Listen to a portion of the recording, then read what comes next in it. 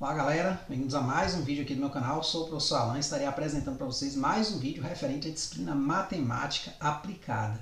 E esse vídeo aqui, gente, ele vai ser uma continuação do vídeo passado, onde nós apresentamos um exemplo, né, para começar o estudo das funções quadráticas, certo? Na ocasião lá, nós estávamos considerando o lançamento, né, de um objeto, né, a partir do solo terrestre em um ambiente controlado, ou seja, um tubo de vácuo, né? Uma velocidade de 100 metros por segundo. Nós temos até aqui a motivação, eu até botei esse desenhozinho que está no material, mas aqui está o quadro, né, que a gente viu no vídeo passado, né, que a gente, né, foi construindo ali tudo, beleza? Então o exemplo em questão era esse aqui. Então aí a gente tirou os dados, né, jogou no modelo, né, que é este aqui, ó, que é H0 mais B0 vezes T, mais ou menos GT ao quadrado sobre 2 e tal. Jogamos e montamos essa funçãozinha e fomos substituindo alguns tempos, alguns instantes. E o que a gente percebeu? Que assim como uma função, a gente tem perguntas que a gente quer responder.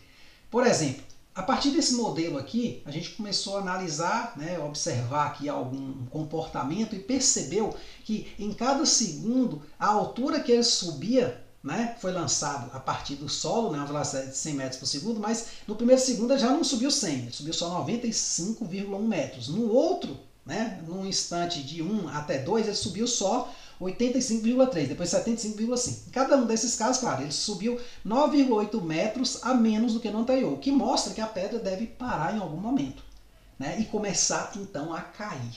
Então aí a gente já começa a ver algumas perguntas interessantes que eu coloquei lá. Por exemplo, uma delas qual a altura máxima que esse projétil lançado do solo a 100 metros por segundo vai atingir? Né? Quanto tempo leva para ele atingir essa altura? Quanto tempo leva para ele, uma vez atingido essa altura, ele retornar ao solo? Né? Ou seja, desde o ponto de partida até quando ele retorna ao solo. Quanto tempo se passou?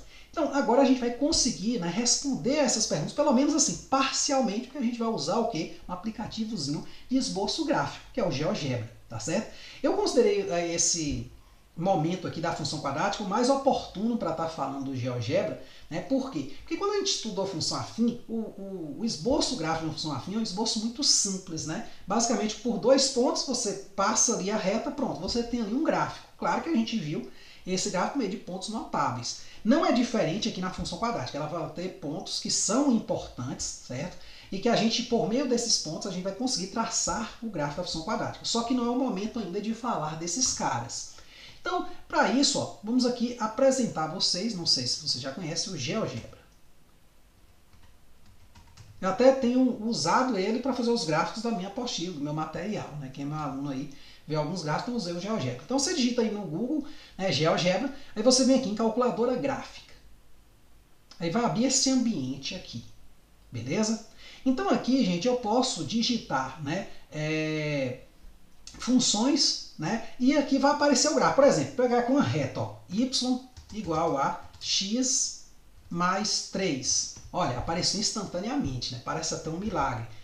Se eu quero confrontar essa reta com outra, por exemplo, y igual a x ao quadrado, né? Então eu vou digitando, ó. Então, ó, tem aqui a x ao quadrado, né? Y igual a x, g de x, né? Ele chamou de g, né? Essa outra função, você tem f igual a essa aqui, x mais 3, né? Então, tem os dois gráficos superpostos. Então, a gente tem uma série de ferramentas, tá certo, que a gente pode estar utilizando o GeoGebra. Tem, inclusive, uma playlist no meu canal falando sobre o GeoGebra, para quem estiver interessado. Beleza? Então, eu vou aqui excluir, né? Apagar e apagar. Então, vamos pegar o gráfico, vamos esboçar o gráfico do vídeo passado, que a gente começou a fazer, né? Só que, poxa, né, nossas habilidades, ou pelo menos minha habilidade manual é muito ruim. Eu marquei só 2 pontos, uma coisa meio feia, tá vendo? Até o negócio parece que está desemendando, né? Tá quebrando, né? E de fato, esboçar o gráfico não é uma tarefa humana. A gente até cobra na prova, porque a gente está vendo no primeiro contato, mas depois, quando a gente vai esboçar um gráfico, normalmente é para colocar em um trabalho, explicar alguma informação para alguém, a gente tem que usar um aplicativo. Tá certo? Que é muito mais rápido e vai fazer a coisa muito mais detalhada do que nós. Então, no caso aqui do GeoGebra, voltando aqui, ó, eu tenho que esboçar essa função, h de t igual a 100t menos 4,9t ao quadrado. Então, a gente vem aqui e digita ela, ó, h de t igual a 100t menos 4,9, aqui não tem vírgula, é ponto, né? vezes t, não precisa botar o vezes, né? Só botar junto, t ao quadrado. O quadrado, gente, você aperta o circunflexo, né? Ele vai subir um índicezinho aqui para cima, pronto. Então aqui eu vou dar Enter. O que acontece? Você não está vendo o gráfico aqui, é porque ele subiu muito rápido. Quando eu jogo 1 vai ser quem? 100, vai dar 95,1. A gente viu isso no vídeo passado. Né? Tá aqui, ó. Ele subiu bastante. Né? Tá aqui, ó. 95,1. E quando a gente olha para a escala do gráfico, vamos voltar aqui para o GeoGebra, subiu demais. Então a gente pode ir fazendo o seguinte, ó, a gente pode ir dando um zoom negativo aqui, ó, até a gente ver esse gráfico. Ou a gente pode, né, fazer outras alterações aqui na parte de configurações. Então eu vou apertar aqui a casinha para voltar à primeira visualização e vou alterar aqui o seguinte, a escala do gráfico. Então eu vou botar uma escala aqui de 1 para, digamos, 100. Então eu apertei aqui, ó. Vamos seguir aqui, ó. Vamos voltar. Vamos voltar aqui, ó. Então eu vim aqui em configurações e eu percebi que a variação, mesmo que pequena do x, estava tendo alta variação em y. Então o que eu faço? Eu boto que a escala, cada unidade do eixo x vai corresponder a 100 unidades no eixo y. E você vai ajustando conforme você precisar ver aquela informação. Então eu vou dar Enter aqui, ó. Pronto. O que a gente percebe, ó? Olha o comportamento, ó. Aqui é a altura, viu? Não é a pedra não, porque a pedra a gente lançou assim, ó, para cima. Só que aqui são as alturas. O que a gente percebe? Que ele vai chegar numa altura máxima aqui, ó, um pouco maior do que 500 metros, 500 e pouco, né? E aí ele vai retornar ao solo mais ou menos um pouquinho depois de 20 segundos. Então perceba que algumas das perguntas que a gente fez, né, a gente já consegue resolver meio visualmente. Claro, o GeoGebra é fantástico, ele vai, né, nos dar essas respostas de uma forma bem interessante, que é o seguinte. Se eu clicar aqui, ó, note que ele até já tinha aparecido aqui, ó. Estava até meio clicado, né? Quando eu clico aqui sobre a curva, ó, ele aparece alguns pontos notados. Por exemplo, esse ponto aqui, né, que é um ponto de interseção com o eixo X, né, que é o 0, 0, a gente viu, foi um ponto que a gente marcou no vídeo passado. Aqui é o ponto mais alto, ó. Então, aproximadamente em 10,2 segundos, né, vamos botar assim, né, ele chegou na altura 510,2 metros, que é mais ou menos a altura máxima ali. Então, a gente já conseguiu responder uma pergunta graficamente, né? Então, o GeoGebra é muito fantástico nesse ponto.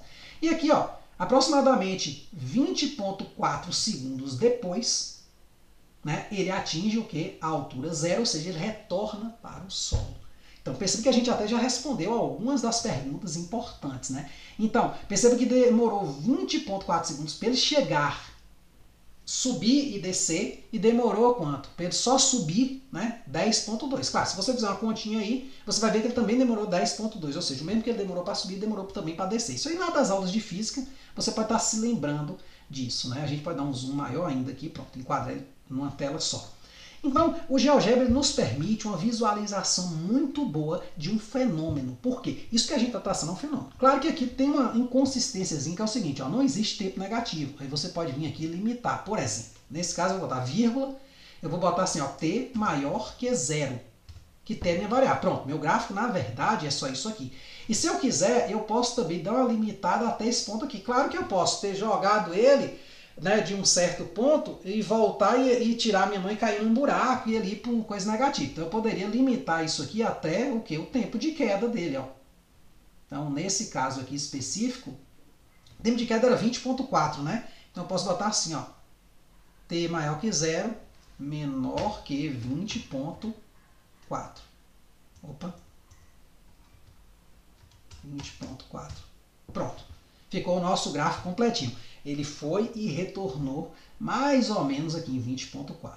Tá certo? Então a gente pode ir fazendo modificações no gráfico, mudando a cor. Então a gente tem uma série de funcionalidades que o GeoGebra tem. Eu falei, pô, é um momento oportuno para a gente poder estar mexendo. Aqui está aqui cor, né? Então você escolhe aqui, por exemplo, quero cor azul. Né? Posso sobrepor gráficos, como a gente viu mais ou menos no começo. Então, é isso aí. A aula foi mais para apresentar, né, o GeoGebra e a gente, né, dá uma resposta, né, gráfica para perguntas que a gente fez lá no primeiro vídeo, né? Então a gente vê aí que tem bastante aplicação aí quando a gente tem uma ferramenta gráfica, né, potente, no caso aqui o GeoGebra. Tá certo? É isso aí, eu espero que vocês tenham entendido, tenham gostado. Qualquer dúvida, gente, só colocar nos comentários. E aí, no meu canal também tem a playlist, né, sobre o GeoGebra, né, um tutorialzinho sobre o GeoGebra, e quem quiser pode assistir. Vou estar até acrescentando alguns vídeos a mais. Na época que eu fiz, eu esqueci alguns assuntinhos, mas eu vou estar acrescentando também por esses dias aí alguns novos vídeos, tá certo? Então é isso aí. Até a próxima.